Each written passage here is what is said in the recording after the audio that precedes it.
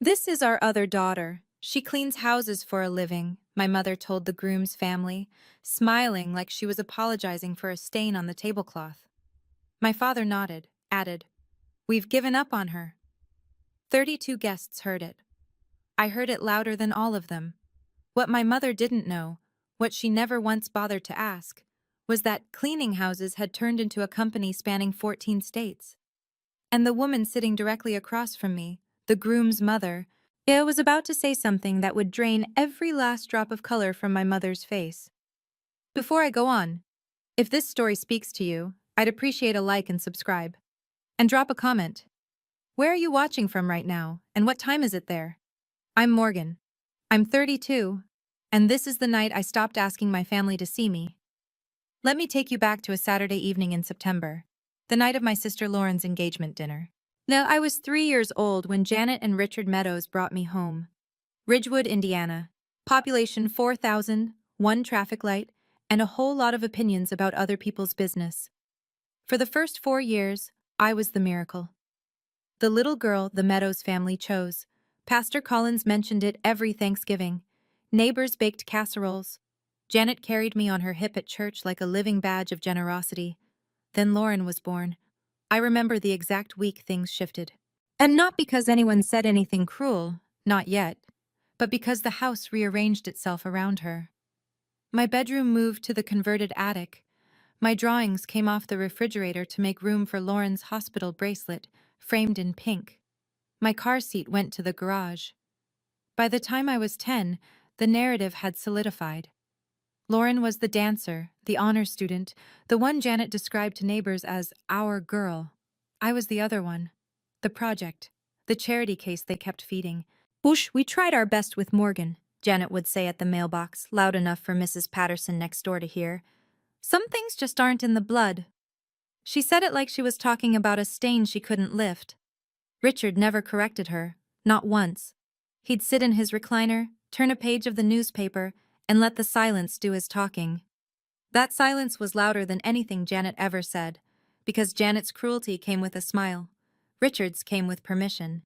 And I learned early, in this house, love had a guest list, and my name was never on it. But there was one thing Janet Meadows never bothered to learn about me, and that one thing would eventually change everything. I graduated from Ridgewood High on a Tuesday. Janet didn't come. Lauren had a dance recital the same afternoon, 2 towns over. Richard said he'd try to make it. He didn't. I packed 2 duffel bags that night and moved into a studio apartment above a laundromat in Greenfield. At 18 years old, $400 in a savings account I'd built from babysitting since I was 13. I enrolled in community college, night classes. During the day, I cleaned houses. It wasn't glamorous. It was toilets and baseboards and oven grease and strangers' hair and shower drains. But it was mine.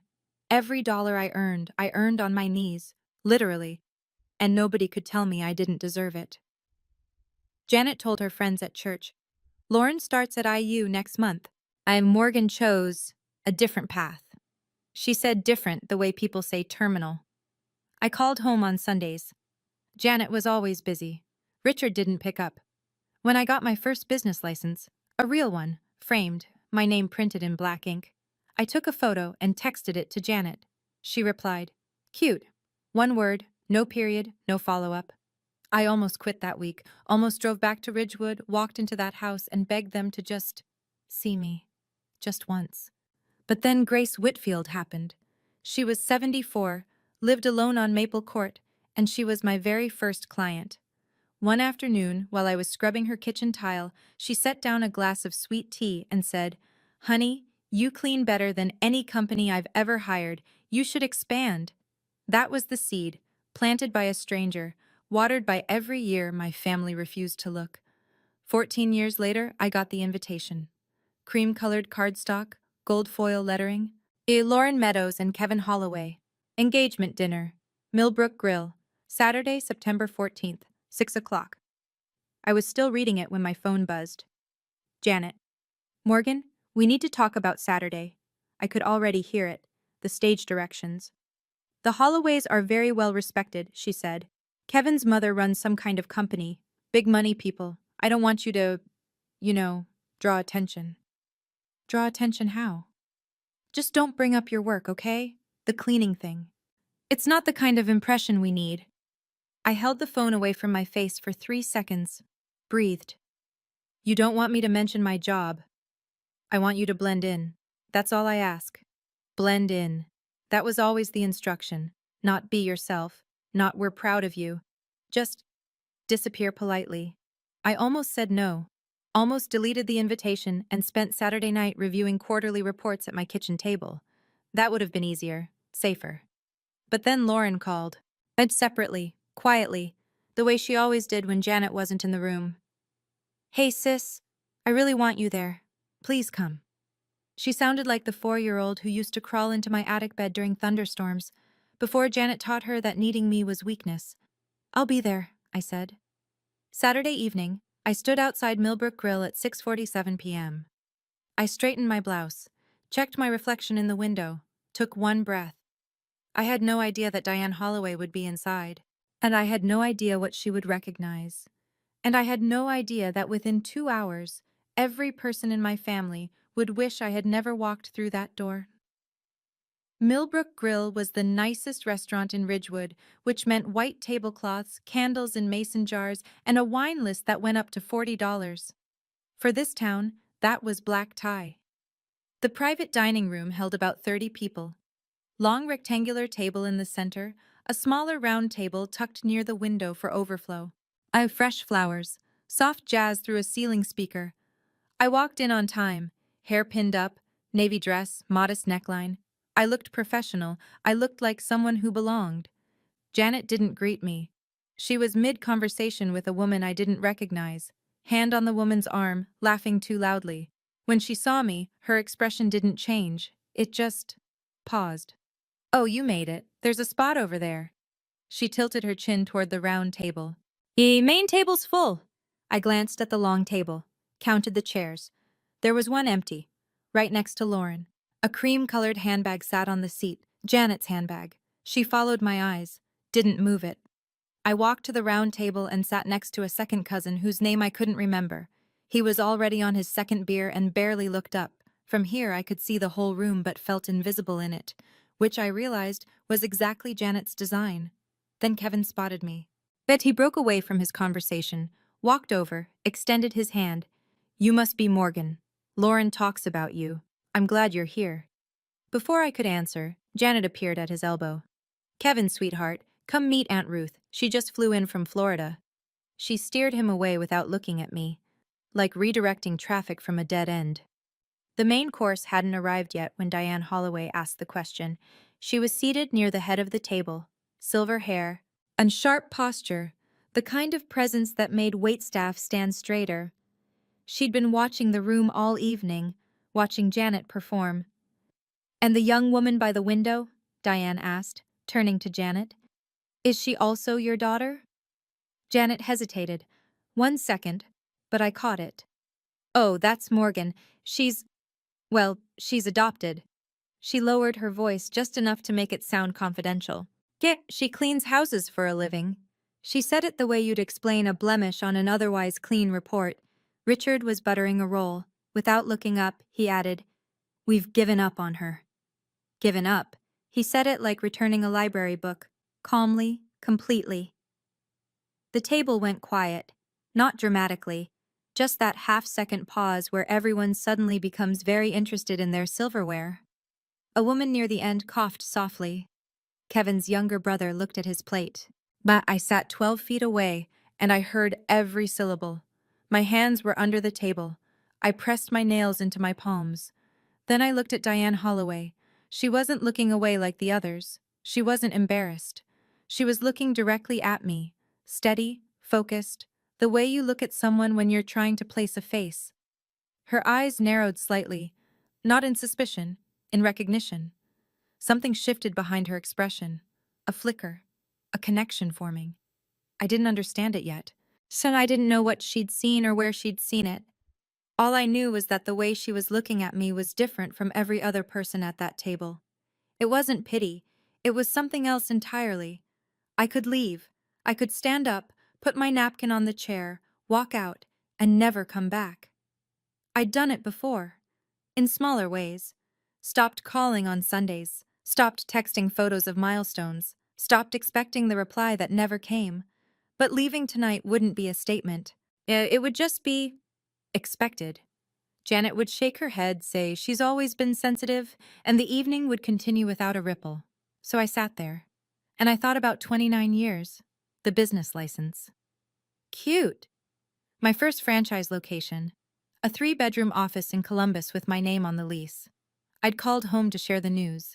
Janet said she was busy prepping for Lauren's birthday brunch, the Inc. magazine interview. I never even sent it. Not because I was afraid she'd dismiss it. I was afraid she'd find a way to make it about herself. Well, I raised her, she'd tell the church. She'd frame it on the mantel next to Lauren's sorority photo. She'd take credit for the thing she spent 2 decades belittling. So I kept it. Kept all of it. My company, my revenue, my name in print. I kept it in a world she never entered because she never asked to. I looked across the room at Lauren. She was laughing at something Kevin said. But her eyes drifted toward me, brief, guilty. She looked away fast.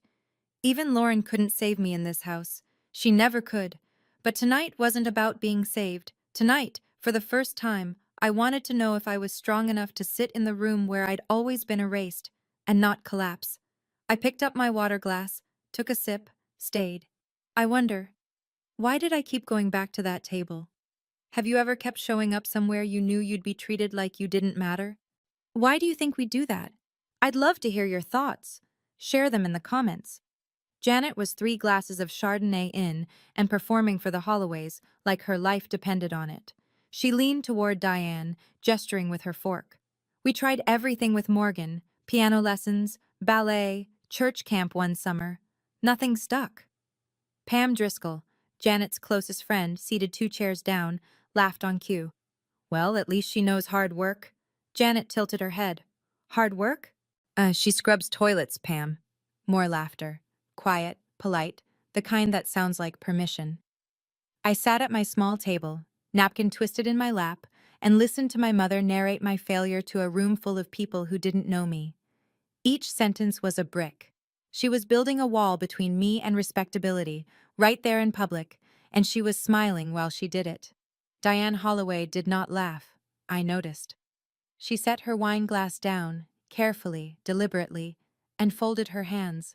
Us residential cleaning? Diane said. Her voice was even, casual, but something underneath it was pointed. Do you know which company she works for?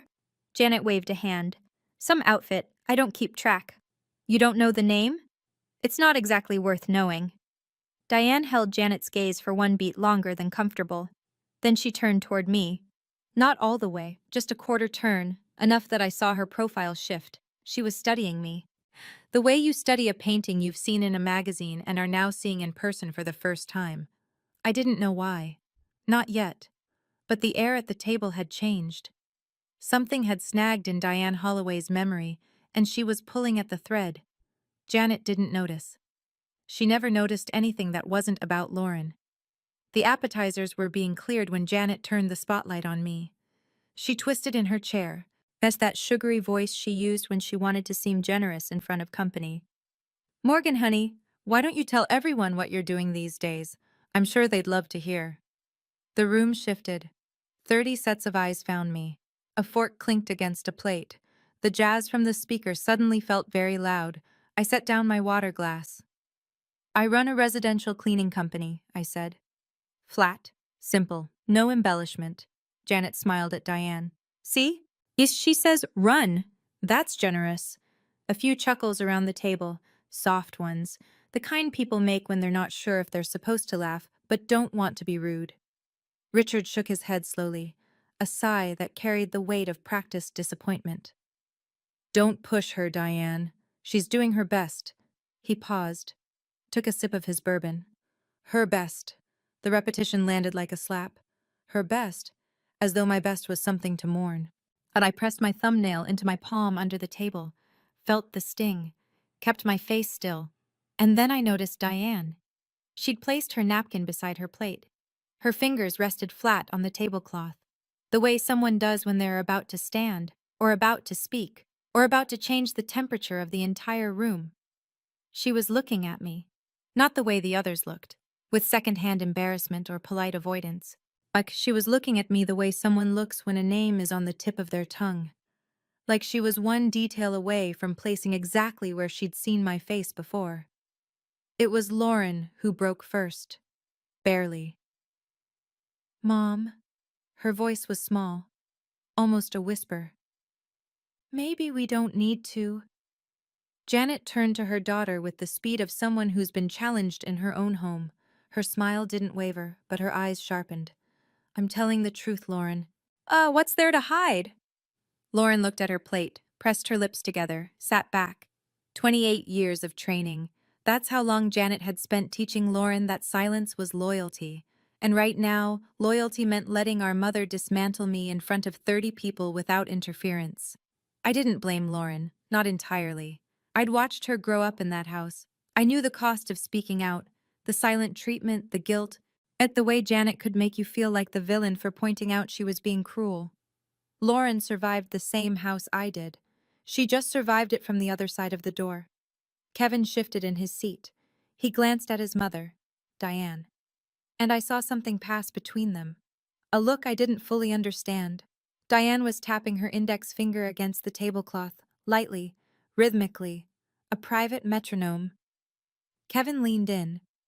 Mom, you okay? Diane didn't turn to him, yet her eyes were still on me. Fine, she said. I'm just trying to remember something. She said it quietly, almost to herself. Kevin knew his mother. I could see it in the way he sat back, not dismissing her, but recognizing the signal. Whatever Diane Holloway was working through, he knew better than to interrupt it. The main course arrived, plates were set down, conversations resumed. But Diane didn't touch her food. She was somewhere else. Somewhere in her memory, a door was opening. As it happened between the entree and the breadbasket, Diane set her fork down, turned toward me, fully this time, and asked the question that would unravel everything. Morgan, what's the name of your company? The table didn't stop talking. It wasn't a dramatic moment. Not yet. Just a polite question from the groom's mother to the bride's sister. Ordinary on the surface. Janet answered before I could. She leaned in, her hand on Diane's arm, voice wrapped in apology. Mrs. Holloway. Really? Don't trouble yourself. She just... Diane raised one hand. Small, unhurried, but absolute. I asked Morgan. 3 words. No edge. No volume. Just clarity so clean it cut through Janet like glass. Janet's mouth stayed open for a half second. Then she closed it. I looked at Diane. She looked at me. Meadow Shine Residential, I said. The name sat in the air between us. Diane's expression changed. Not dramatically. She wasn't a dramatic woman, but her eyes widened by a fraction. Her chin tilted, and she repeated the name, quietly, like tasting a word she already knew. Meadowshine. She said it twice. The second time slower. Kevin looked at his mother. He'd been watching her all evening. The tapping finger, the distracted gaze, the way she'd been circling something without landing on it. Now she was landing. Mom? He said again. What is it? Diane didn't answer him. She reached for her wine glass, took a slow sip, and set it down without drinking. But her eyes hadn't left mine. She knew something. I could feel it. I just didn't know what yet. And neither, for the first time in her life, did Janet. Diane excused herself from the table. If you'll pardon me for just a moment. She folded her napkin, stood, and walked toward the hallway that led to the restrooms. Calm, measured, the way she did everything. Kevin half stood. Mom? 1 minute, sweetheart. I watched her go. From my seat by the window, and I had a clear line of sight through the glass partition to the corridor. Diane stopped halfway down the hall, pulled her phone from her clutch, and began scrolling. She wasn't checking messages. She was searching for something. Back at the main table, Janet had already filled the gap. She turned to Pam and another friend, voice low but not low enough. Thank God the Holloways are gracious people.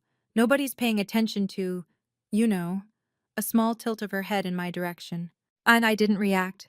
I'd stopped reacting to Janet's narration of my irrelevance years ago. Instead, I kept my eyes on the hallway. Diane had stopped scrolling. Her thumb was still on the screen, but she wasn't moving it. She was reading. Then her hand came up, slowly, and touched her lips. And she smiled. Not a social smile, not a polite one. It was the smile of someone who just confirmed something they'd been suspecting all evening. She looked up from the phone and glanced toward the dining room. Through the glass, her eyes found me, and this time, the recognition was complete. Then she looked at Janet, then back at me. She slid the phone into her clutch, straightened her jacket, and walked back to the table. Her posture was different now, straighter, more deliberate, like someone who'd just been handed a card she intended to play. Something was about to change. I could feel it in the way the air thinned. Janet stood up, tapped a butter knife against her wine glass. The room quieted. "I'd like to say a few words." She pressed her hand to her chest, the gesture she used in church when she wanted people to know she was being sincere. "First, I want to thank the Holloway family for welcoming our Lauren with such warmth. Kevin, you are exactly the kind of man we prayed for." Kevin smiled politely. Diane did not. "I want to thank my husband Richard for being my partner through it all. Every sacrifice, every late night, we built this family together." She paused, looked around the room with glistening eyes. "And Lauren, sweetheart, you are our pride, our only pride. Everything we worked for sits right here, in this moment, watching you begin your life. Our only pride." She said it while I was sitting 12 feet away. She didn't glance at me, not even the peripheral kind of acknowledgement you'd give a coat rack. "Our family isn't perfect," Janet continued, her voice softening to that rehearsed tremble she'd mastered. "We've had our challenges." Now she looked at me, just long enough for the room to understand exactly who the challenge was. "But tonight is about Lauren." A few guests clapped, awkward, thin applause, the kind that fills silence because silence would be worse. Richard raised his glass. Pam said, "Hear, hear." I sat still. My face was neutral. My chest was not. Then from the head of the table, a chair pushed back. Diane Holloway stood. She smoothed the front of her jacket, placed both hands on the table. "I'd also like to say a few words," she said. And the room turned. But before Diane could speak, a man seated near the middle of the table, one of Kevin's uncles, gray beard, kind face, leaned forward and looked at me. "Morgan, right? So how's the cleaning business going? You run your own crew?" It was a genuine question. He was trying to include me. The one person at the table who saw a girl sitting alone and thought, "That's not right." Janet laughed before I could answer. "Business." She pressed her hand to her sternum. "Let's not get carried away. It's a van and some buckets." The uncle's smile faded. He looked down. Richard set his glass down and spoke without lifting his eyes. "Don't push her. She's done her best." A pause, a sip. Her best. For someone like her. Someone like her. Somewhere at the table, a woman inhaled sharply. Silverware stopped moving. I felt the heat climb from my sternum to my throat. Not anger, something older. The accumulated weight of every dismissed achievement, every unreturned call, every time I was introduced as the family's footnote. But I didn't fold. I placed both hands on the table, flat, steady, and I looked at my mother. "Have you ever asked me what my company does?" Janet blinked. "Excuse me? In 14 years, have you once asked?" "I don't need to ask." Her chin lifted. "Oh, I know. You know nothing." 2 words. Quiet. Final. The table went dead silent. Not the polite kind. The kind where no one breathes because they're afraid they'll miss what comes next. Janet's mouth opened. Nothing came out. And at the head of the table, Diane Holloway set her napkin down for the last time. "Now," she said, "I'd like to say those few words." Diane stood with the kind of stillness that made movement feel unnecessary. She didn't adjust her jacket or clear her throat. That she simply waited until every set of eyes in the room found her, which took about 3 seconds. "Janet," she began, "I've listened politely all evening. I've watched you introduce your guests, give your speech, and share your version of your family. That is your right." Janet's smile tightened. "Thank you, Mrs. Holloway. But I cannot sit quietly while you speak about this young woman the way you have." Diane's voice didn't rise. It lowered, and that was worse. "Ma, not when I know what I know." The room tilted. Janet's smile cracked at the edges. Mrs. Holloway, I appreciate your concern, but this is a family matter. You don't— The issue, Diane said, is that Morgan is not a stranger to me. She let that sentence sit. Kevin's uncle leaned back. Lauren's hand found Kevin's under the table. Pam Driscoll put her wine down. Richard stopped chewing. Janet shook her head slowly. You know Morgan? Diane turned to me. Her expression was warm, but controlled. The expression of someone who understood exactly what she was about to do and had decided it was necessary. Wait, she said, half to herself, half to the room. You're the woman who— She stopped. The silence that followed wasn't the polite kind from before. This silence had weight. It pressed against the walls and the windows and the ceiling. It pressed against Janet Meadows' chest. Janet's face went white. Not pink, not flushed. Dull white. The color of someone watching a door open that they thought was locked forever. And Diane Holloway was about to walk right through it. Morgan Meadows, Diane said. Meadowshine Residential. She paused, not for drama, but for precision. She was a woman who said things once and meant them permanently. I read an article about you in Inc. magazine last year, feature piece, 30 Under 40, Franchise Founders Edition. The room didn't gasp. It did something worse. It froze. As 30 people suspended between their salad forks and their assumptions. Janet let out a short breath. What? Diane continued, her voice measured and unhurried. Your daughter owns and operates a residential cleaning franchise. 14 states, 87 employees at last count. She tilted her head, as if recalling a specific paragraph. Annual revenue. If the article was accurate, approximately $2.8 million. Someone at the far end of the table whispered, Million? Janet gripped the edge of the tablecloth. That's not— She couldn't— She did. Diane folded her hands in front of her. And I should know, because I'm one of her investors. The sound that followed was not silence, but it was the opposite. The sound of 30 people recalculating everything they thought they knew about the woman sitting at the overflow table next to a second cousin with a beer. Richard set his bourbon down too hard. The glass hit the plate rim and tipped. Amber liquid spread across the white linen in a slow, dark bloom. He didn't move to stop it. He just stared at me like I'd walked in speaking a language he didn't know existed. Lauren's hand went to her mouth. Then Kevin's younger brother let out a low whistle and immediately tried to cover it with a cough. Janet sat down, though she was already seated. Her body just sank, like the scaffolding holding her up had been quietly removed. Diane sat back down. She didn't rush. She addressed the room the way she might address a board meeting, factual, composed, without malice. I manage a portfolio of luxury rental properties across the Midwest, she said. 2 years ago, and I needed a reliable residential cleaning partner for our units. Standardized quality, scalable, professional. I found an article about a company that had grown from a single operator to a multi-state franchise in under a decade. She looked at me. That company was Meadowshine. That founder was Morgan. She paused to let the information settle, then continued. I reached out. We met. I was impressed. Not just with the business, but with the person behind it. I invested. We've been working together since. Then she added almost gently, I had no idea she was your daughter, Janet. In fact, Diane's voice softened by a shade. She never once mentioned her family.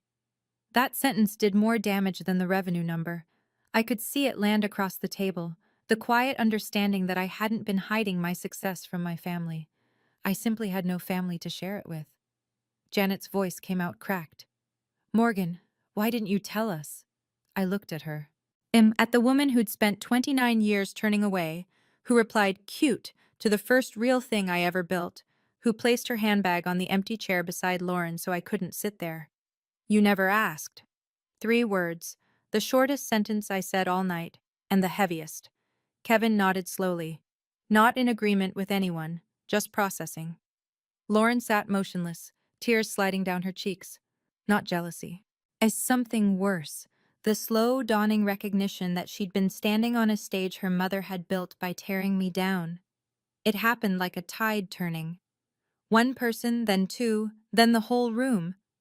Kevin's uncle, the one who'd asked about my business, turned his chair toward me. 14 states? How'd you manage that? The woman beside him leaned in. How many employees again? 87, I said. Full-time? Most of them. Yes. A man I hadn't been introduced to, someone from Kevin's side, looked over. Residential only, or do you do commercial? Just like that, I was no longer the footnote. I was the story. Janet saw it happening. I watched her face cycle through 3 expressions in 5 seconds: shock, calculation, recovery. She straightened up, pressed her palms flat on the table, and smiled. Well, I always knew Morgan had potential. Didn't I say that, Richard? I always said she had something in her. She reached for Diane's arm. We've always supported her, of course. Every step of the— Janet. Diane's voice was quiet, almost kind, which made it worse. 2 minutes ago, you told this table your daughter's business was a van and some buckets. She let the silence do its work. Everyone in this room heard it. The room didn't move. The jazz from the ceiling speaker played a soft piano bridge that no one listened to. To Pam Driscoll, Janet's closest friend, the woman who'd laughed at every joke tonight, slowly slid her chair 6 inches away from Janet. The wooden legs scraped against the floor. In the silence, it sounded like a door closing. Janet opened her mouth, closed it, opened it again. Nothing came out. Richard stared at a water stain on the tablecloth where his bourbon had spilled. He hadn't wiped it up, he hadn't said a word, and for the first time in 29 years, Janet Meadows had no script. I looked at my mother then, really looked, and I wondered, did she ever actually love me? Or was I just a background character in the story she wrote for Lauren? Why does a mother choose to humiliate her own child in public instead of admitting she was wrong? I still don't have the answer. Maybe you do. Let me know in the comments. I stood up. Not fast, not dramatically. I folded my napkin, placed it beside my plate, and pushed my chair back the way you do when dinner is over and you have somewhere to be. The room went still. I didn't come tonight to prove anything, I said. My voice was steady. I made sure of that. I came because Lauren asked me to, because she's my sister and I love her, and I wanted to be here for her night. I looked at Janet. She was gripping her wineglass so hard her knuckles had gone pale. But I won't sit at any table where my existence is treated as an embarrassment. I let the sentence land, didn't soften it, didn't follow it with an apology. Then I turned to Diane. Thank you, I said, not for telling them about my company, but for asking me, when no one else did. Diane held my gaze. She nodded once, firm, warm, the kind of nod that says everything it needs to. I looked at Lauren last. She was still crying, trying to hold it together, Kevin's hand on her back. Tal, my little sister, who used to climb into my attic bed because she was afraid of thunder. Lauren, I love you. I wish you every happiness. I paused, swallowed. But after tonight, I need space. Lauren nodded. She didn't argue. She knew. I picked up my jacket from the back of my chair, walked past the long table, past the 30 people who'd watched my mother erase me and were now watching me leave with my back straight and my name intact. I didn't slam the door, I didn't run, and I didn't look back. The parking lot was cool and quiet. September air, crickets. I sat in my car for 7 minutes before I turned the engine on. Lauren called at 11:14 p.m. I was sitting on my couch in sweats, holding a cup of tea that had gone cold 20 minutes ago. I almost didn't answer. But the phone buzzed 4 times, and I could feel the urgency through the screen. Hey, I said. Sis? Her voice was raw. I need to tell you what happened after you left, she told me. And after I walked out, Janet tried to recover. She's always been dramatic. You know how it is with— She gestured vaguely toward the door. Nobody responded. Nobody laughed. Nobody nodded. Diane turned to Kevin and said quietly, We'll talk at home. Her tone wasn't angry, it was cold, which, as Lauren put it, was somehow worse. Richard attempted damage control. He leaned toward Diane, voice low, almost pleading. Mrs. Holloway, please, don't let this affect— Diane cut him off without raising her voice. Mr. Meadows, I'm not judging your daughter. I'm judging how you treat her. Lauren said the room physically shifted after that. Chairs angled away from Janet. Conversations started and ended in whispers. 3 couples left early, citing babysitters, headaches, long drives. Excuses wrapped in polite smiles. Janet went to the restroom. She was in there for 12 minutes. When she came out, her mascara was smudged. Yes, nobody mentioned it. Lauren said, "Sis, I've never seen Mom like that. She looked small." I didn't feel satisfaction. I want to be honest about that. I felt tired. The kind of tired that lives in your bones, not your body. "I hope she's okay," I said. And I meant it. Then I added, "But I'm not coming back." Lauren was quiet for a long time. Then, "I know. Ridgewood is the kind of town where news doesn't travel. It arrives. Before the breakfast dishes are cleared, everyone already knows." By Monday morning, the story of the engagement dinner had spread through every Bible study group, hair salon waiting room, and produce aisle in a 12-mile radius. The details varied. Someone said I owned 100 employees. Someone else said Diane Holloway wrote me a check on the spot. But the core was always the same. Janet Meadows humiliated her daughter in public, and it backfired spectacularly. And Janet had spent 15 years building her reputation as the backbone of the women's ministry at First Covenant Church. She organized the canned food drive. She coordinated the Easter egg hunt. She was the first to sign up for every committee and the last to leave every potluck. That Tuesday, 2 families quietly withdrew from her prayer circle. No explanation, just sudden scheduling conflicts that would last indefinitely. On Wednesday, Pam Driscoll called, so not to check on Janet, to deliver a verdict. "Janet, I think you need to call Morgan, apologize, properly. People are talking." "People are talking about what? I'm her mother. I have the right to—" "You have the right to be her mother," Pam said. "You don't have the right to humiliate her in front of 30 people." Janet hung up. She called Pam back an hour later. Pam didn't answer. "I heard about all of this secondhand through Lauren, who called me every few days now. Careful. These tentative calls, like someone learning to use a phone for the first time." I didn't gloat. I didn't say good. I listened, and I said, "I hope Mom finds a way through this." I meant that too. You can love someone and still refuse to stand in their line of fire. The wedding wasn't canceled, but it was postponed. Kevin told Lauren the following weekend, gently, over coffee at a diner halfway between Ridgewood and his apartment in Marion. "I love you," he said. "That hasn't changed. But I need to understand your family better before I marry into it."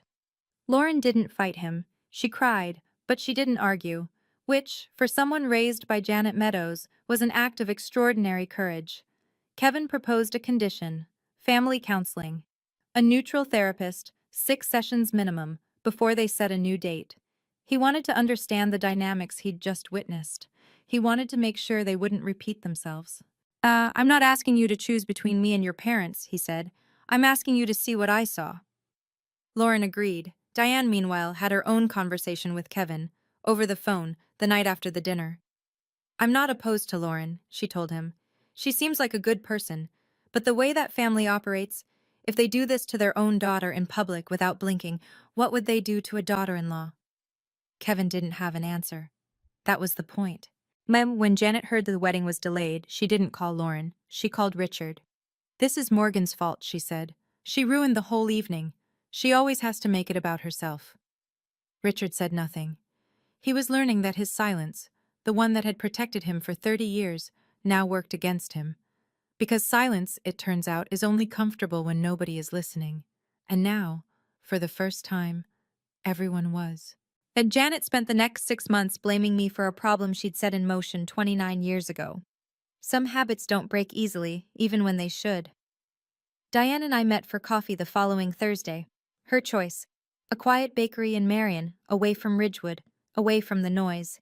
She ordered a black coffee. I ordered the same. She looked at me across the small wooden table and said something I didn't expect. "I owe you an apology." I shook my head. You told the truth." "I told the truth publicly, without asking your permission first." She wrapped both hands around her mug. "I should have pulled you aside, given you the choice.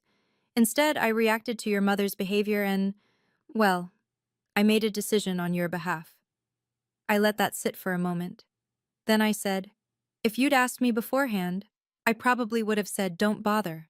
I've spent my whole life not correcting people about me. And how has that worked out?" I almost smiled. Not great." Diane sipped her coffee. When I invested in your company, it was because you were smart and the numbers were solid. That hasn't changed. She set the mug down. But after that dinner, I respect you for something else entirely. What's that? The way you left the room. No shouting, no tears, no retaliation. You just stood up and walked out with your dignity intact. She paused. That's rarer than people think. I stared at a knot in the wooden table. Yeah, you ran my thumbnail along it. I learned something from being underestimated my whole life, I said. The best response isn't proving them wrong.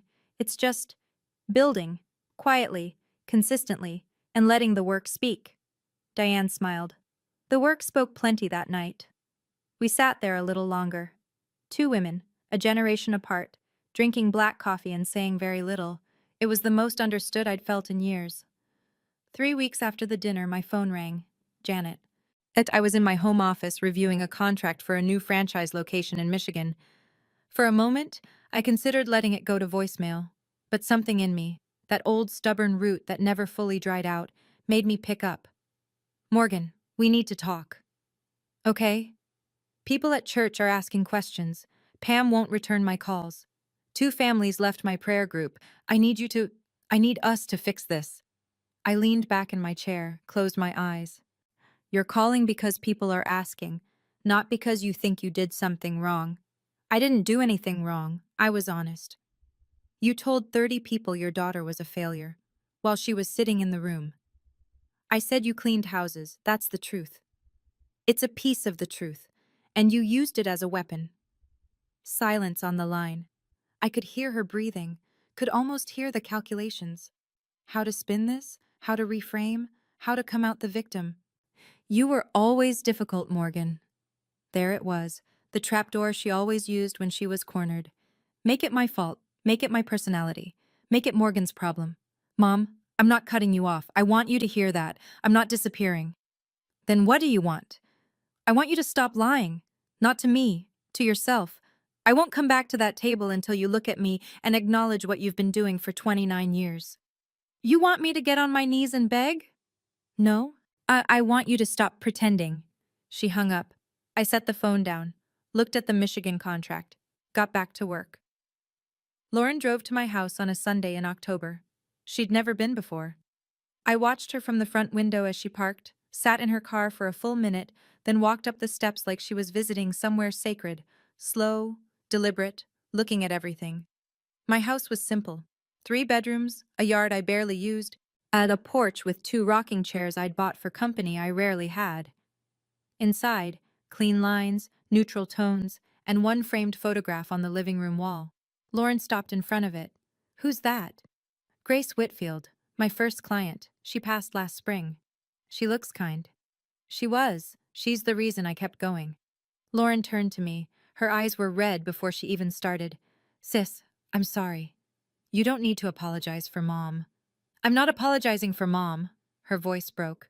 I'm apologizing for me, for knowing how they treated you, and sitting there, every holiday, every dinner, every time Mom said something cruel, I looked at my plate.